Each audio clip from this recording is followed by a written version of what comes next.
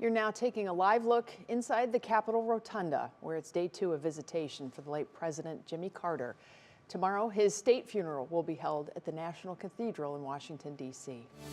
President Carter had a special relationship with Northeast Ohio, from campaign stops, friendships, and allies that supported his ideas. But it was maybe most notably the 1980 presidential debate, just 1 week before Election Day, that most will remember. When Carter came to town, our Leon-Bibb covered his visits and has this perspective on the connection to Cleveland and our 39th president.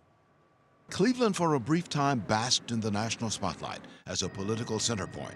It was this city where President Jimmy Carter and the challenging former California Governor Ronald Reagan faced off in a high-stakes debate. Now that he is in Cleveland, Governor Reagan will continue to meet with his advisors, preparing for the great debate with President Jimmy Carter later tonight. In the eyes of many political observers, what happened during the debate of Democrat Carter versus Republican Reagan marked a turning point. I share the basic beliefs of my region about an excessive government intrusion into the private affairs of American citizens and also into the private affairs of the free enterprise system.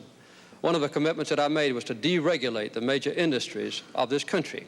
Next Tuesday, all of you will go to the polls. You'll stand there in the polling place and make a decision.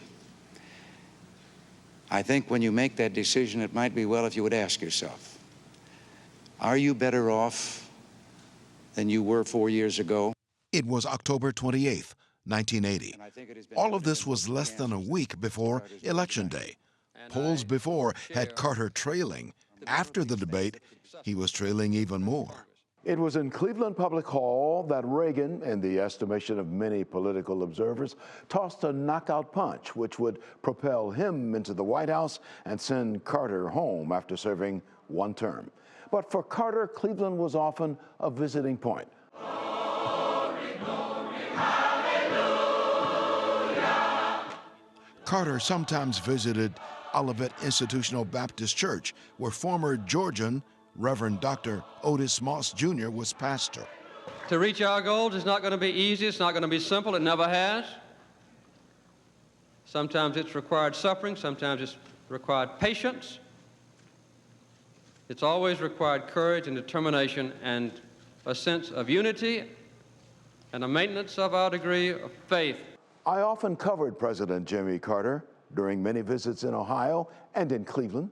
One presidential appearance was in the Shaker Heights home of economist Milton Wolfe, whom President Carter had selected for ambassador to Austria. Years later, after the White House, former President Carter became ill on a flight to Cleveland. He was headed here for a book signing. It was September of 2010. When his plane landed here, paramedics met Mr. Carter and rushed him to Metro Health Medical Center. The former president was suffering from a gastric viral infection. Released from the hospital 2 days later, he went on to resume his schedule. Remembering Jimmy Carter in Cleveland, for 3 News, I'm Leon-Bibb.